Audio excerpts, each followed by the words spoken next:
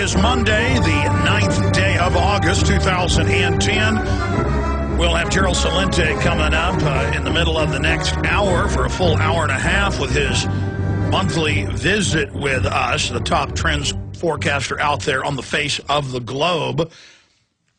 He'll be joining us to break down the situation with Iran, the worsening economy, and to take your phone calls, joining us via video hookup via Skype from New York. Of course, we simulcast the entire 3-hour radio transmission at prisonplanet.tv if you'd like to add another element of information to your listening information. We are going to be live here again, ladies and gentlemen, for the next 3 hours, and I want to go over the news first here today, and then we're going to open the phones up as well on this live Monday edition. Number one, Barry Soetoro, a.k.a. Barack H. Obama, will be flying into Austin in the next few hours. They've already got much of the highway shut down, literally 200 yards or less from my office.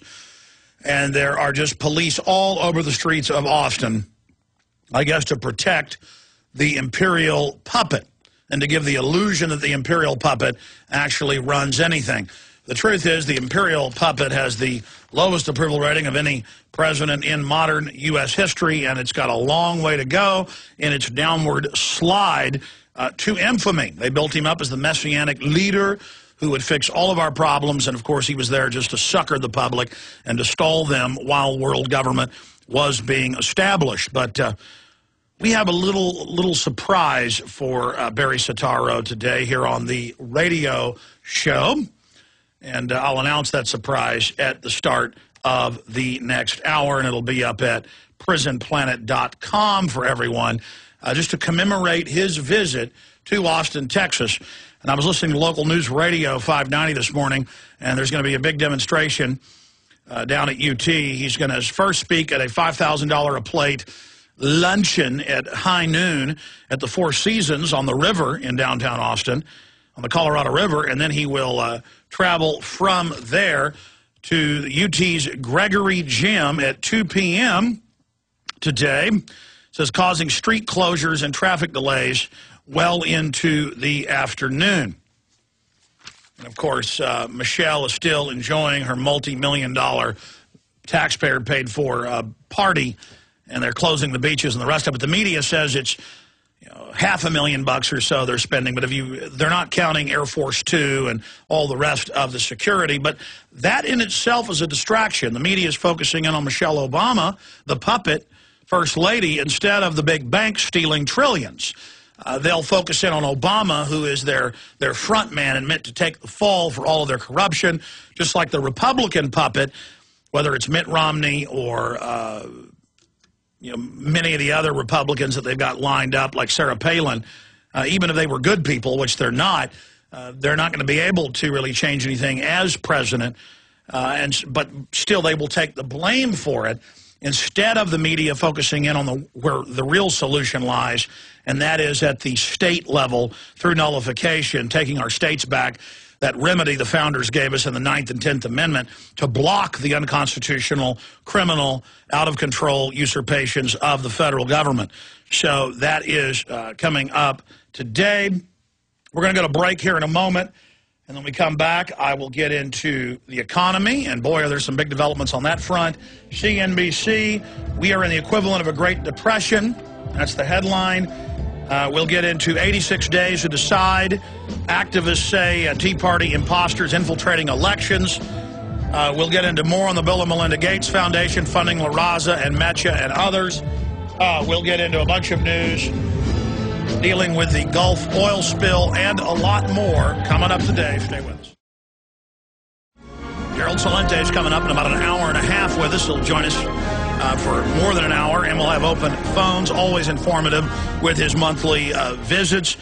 I'm also going to spend about 20-30 minutes with a member of Army intelligence on the show, because this person is specifically known to me And I had a chance to talk to him last week when we were doing some news reporting on what appears to be a FEMA camp going up at Fort Hood. We drove out there ourselves, went on the base last Friday, and confirmed that the barbed wire is facing in at the Fort Hood Sports Stadium. They've put a fence up around it and a former park, and it has barbed wire facing in, and the military people we've talked to, not just this gentleman that we'll call Joseph, he wanted to use his real name. He says he's sick of it. He wants to go public, but he's known specifically by me, and I told him, no, we're not using your real name. I said, we'll call you Joseph. But he said that he's heard callers on the show when we've opened the phones up for military people to call, specifically from Fort Hood that he knows. And he was formerly a police officer before he got in the Army. And I'll just leave it at that. But he was telling me some amazing stuff that we'd actually confirmed separately about the Joe Stack attack, the airplane being flown into the IRS building, about the Fort Hood shooter. He was there for that. And what he told me came out partially in the news. They were running a terror attack drill the day before and the day of that event. And just the sense of the troops he was giving me, that just all over the base, troops listened to the show. And I've confirmed that from other military sources, unknown to me and also known to us, that the radio show, the films, have been just on fire on military bases in the last 5 years. So we'll get a report from him. There's a lot he can't tell us, obviously, because of national security letters that he has signed, especially dealing with things he's witnessed in Iraq and other countries. But we'll talk about some very interesting things coming up in T-minus 50 minutes with the gentleman known as Joseph. And then Gerald Celente will be joining us after that. Barack Obama is coming to town. He's about to land just about 3 miles from where I sit out at Bergstrom International Airport. They've got the highway already shut down by the office here for his lordship to be arriving here in town. Of course, his real name is Barry Soetoro.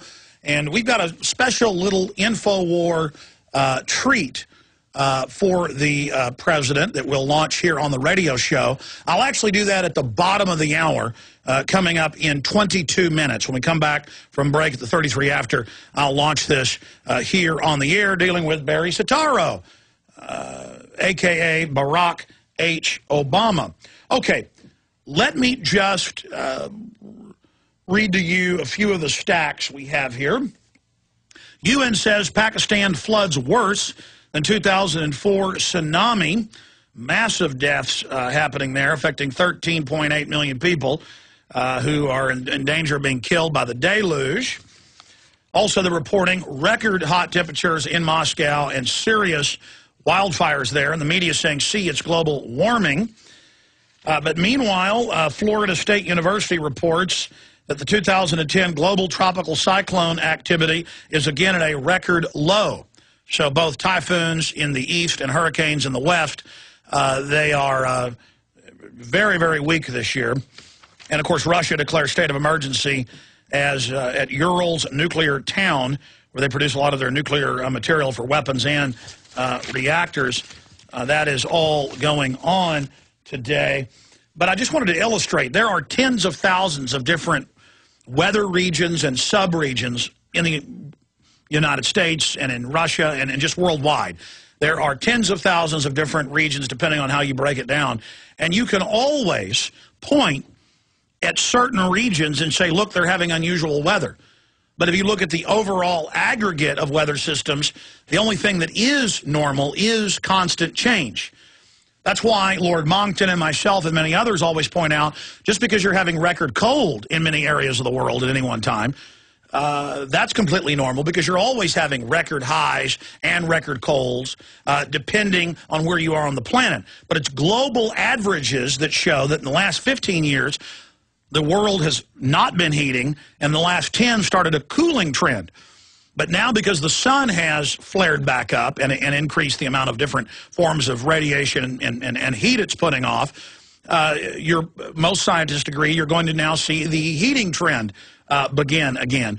But the United Nations last year at Copenhagen put out a declaration saying the sun has no effect on our climate. And that's like saying jumping off a 1,000-foot cliff with no parachute will have no effect on your legs when you hit the bottom and it kills you.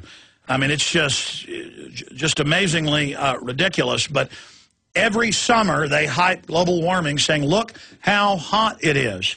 My gosh, it's 106 in Dallas. Well, I remember it being 110 during two-a-days, 2 separate summers in a row, and they wouldn't cancel our two-a-days or shorten them. And at some nearby high schools, a couple people died. This is back in the late 1980s, early 1990s. And so they did then start suspending the two-a-days, the 2 football workouts a day. I mean, I remember that specifically. And the UN has been caught manipulating weather charts, manipulating buoy, temperature, readout data. It's all on record that they've been caught doing this over and over and over again. So I've covered that little miscellaneous piece of news. Let me now get into the economy. Then I'm going to get more into what's happening with the illegal aliens and the takeover of the United States into the North American Union, how that ties in with the Kurt Nimmo story today.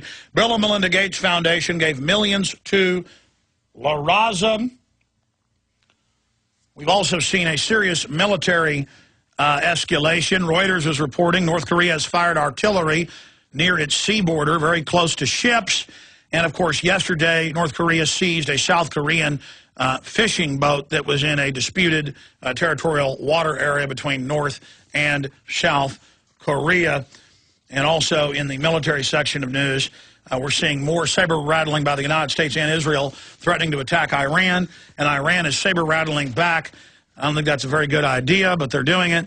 Iran vows to support Lebanon against Israeli aggression. So they're definitely heating up on that front. And Fidel Castro is warning that he's worried about nuclear conflagration. So we'll be breaking that down.